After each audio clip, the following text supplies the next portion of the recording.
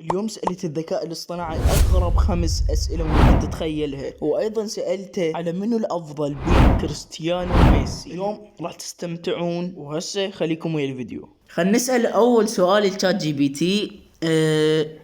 ليش ما نقدر نشوف الهواء؟ ليش ما نقدر نشوف الهواء؟ طبعا شباب، هسه انا دام انت جبتون استوعبت انه اقدر اني اسأله عن صوتيات وهو يجاوبني يحكي. خل سؤال حلو، خل ابسط لك اياها. احنا ما نقدر نشوف الهواء لانها عبارة عن غازات شفافة، يعني جزيئاتها صغيرة جدا ومنتشرة، وما تعكس الضوء مثل ما تعكسه الاجسام الصلبة او السائلة. الضوء يمر من خلال الهواء بدون ما ينكسر او ينعكس بشكل يخلينا نشوفه بعيوننا، بس مرات نحس بوجوده او نشوف تأثيره، مثل نشوف اوراق الشجر تتحرك، نشوف الغبار او الدخان يتحرك بالهواء، نشوف الضباب والغيوم. هاي مو هواء بحد ذاته، بس هي قطرات مي او جسيمات معلقة بالهواء. اي صحيح شباب، ان الهواء هي جزيئات صغيرة ما تنشاف، يعني بس يعني بكميات هائلة انه تقدر مثلا هسه من تطلع ويكون الهواء هيك يجي على وجهك، يعني مثلا اذا شعرك طويل هيك راح يتحرك، فهو جزيئات صغيرة ما نقدر نشوفها شفافة نفس ما قال. وهم نشوف اوراق الشجر تتحرك، مثلا اذا هو قوي ملابسك تتحرك، يعني صدق كلامه صحيح. ثاني سؤال راح نسأله، اذا ثوان عندي فكرة، اذا الدجاجة ما تطير بس شوية، لا، اذا الدجاج من صدق ليش يعني هي تطير شوية، ليش ما تعتبر من الطيور؟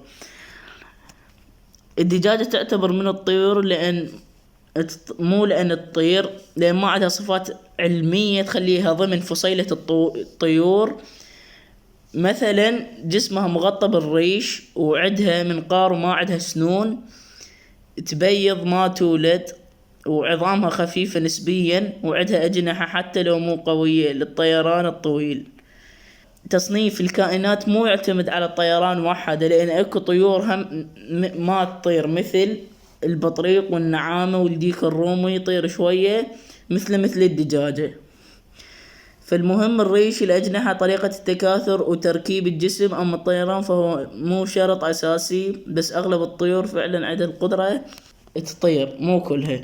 حلو، يعني هسه جسمها مغطى بالريش، عندها منقار وما عندها سنون. ما فهمت حكيه. ثاني سؤال، شات جي بي تي غبي بي غبي. منو الأفضل، ميسي لو كريستيانو؟ بدون مجاملة،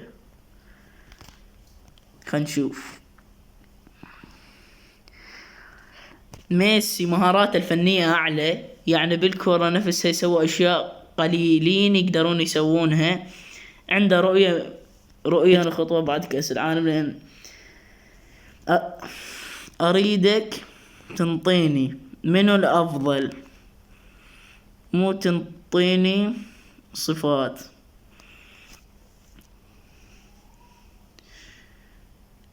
الأفضل هو ميسي. والله شباب، لا قايل لا أقول ميسي ولا شيء.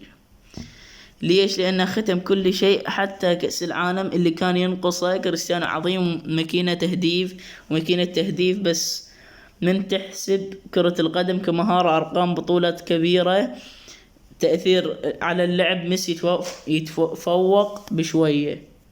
يعني ماكو مجال للمجاملة، ميسي الأفضل بالتاريخ الحديث. حلو، يعني ميسي أفضل من كريستيانو. هاي حلت النقاش. عندنا سؤال هنا يقول انه، شباب شو تقولون نخليها 5 أسئلة، لان شوي الفيديو راح يطول، ما احب الفيديو يكون طويل وممل. فشنو يا شباب، خل نسأله شنو افضل دولة عربية من حيث التعليم بدون مجاملة. يلا بسم الله، خل نشوف شنو افضل دولة عربية من حيث. راح نحكي وياك بدون مجاملة بكل صراحة. حاليا أفضل دولة عربية من حيث التعليم، إذا نحكي عن جودة التعليم بشكل عام والجامعات والبنية التحتية، هي الإمارات وقطر.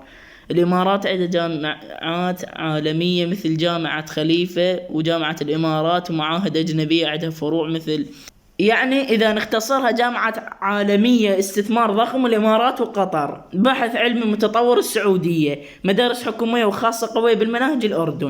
شباب عندي سؤال عالمي، خلينا نسأل سؤال.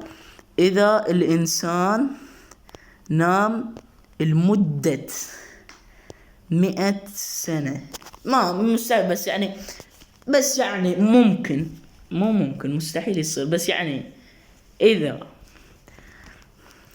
شنو راح يصير بجسمه من يقعد؟ خل اقرا لكم اياها على السريع. اول شيء جسم الانسان ما راح يتحمل هالشيء اساسا، لان جسمك يحتاج حركه مستمره. لو تبقى نايم فتره طويله حتى اسبوعين او شهر بدون حركه راح تتعرض لمشاكل خطيره، يعني ما راح تقدر تمشي. يعني اذا اول ما تقعد الصبح في القهوه تمشي، عضلاتك تضعف والعظام تفقد كثافتها، هشاشة العظام تصير فول. الدورة الدموية تتوقف بمناطق معينة، تجلطات دموية، يعني مثلا هاي ايدك كلها، يعني اذا ما تتحرك هذا الدم راح يتجمد. تقرحات الفراش، تصليب الجلد وتسبب التهابات خطيرة. الأعضاء الداخلية راح تتعطل بمرور الوقت، لأن الجسم يعتمد على الأكل والشرب والتنفس بوعي العضلات. شخص نايم بدون أكل مستحيل يعيش إلا إذا مربوط على أجهزة يعني مثلا هسه هذا الأمير النائم، تعرفوا كلكم الأمير النائم، يجوز بس أكثر ما يعرفه. هذا شباب صار له 21 سنة بغيبوبة، ويمكن أكو أكثر. فشنو يا شباب هاي الغيبوبة يحطوا له مغذي، كلكم تعرفوه، على مود يظل يعني كأنما يغذي جسمه وكأنما يشرب مي أو هيج. فظل 21 سنة بس توفى الله يرحمه قبل تقريبا أسبوعين مدري شهر توفى. فهو هيك يعني تقريبا نفس الحكي، ما راح يقدر يحرك جسمه من الضعف التام، عضلاته شبه مختفية، مفاصله متيبسة، نظرته وضعف الدماغ يصير قوي بسبب قلة التحفيز. هسه مثلا إذا تنصاب بيدك هاي مصاب كنت، هسه صار بيها تيبس، أنا دا أسوي لها هيج، يعني تصير إلى إما أحركها مثلا انصابت هيج تصير بيها تيبس. والله كلامه صحيح. شباب أتمنى الحلقة نالت إعجابكم، هاي اللي أتوقع ما أحب أكثر وما أحب أطول فيديو حيل عن ودي يصير ممل. فلهنا وصلنا نهاية الحلقة، أتمنى الحلقة تكون خفيفة وعجبتكم، لا تنسون اللايك. والله شباب بدنا نتعب، حارة الدنيا مطفن كل شيء،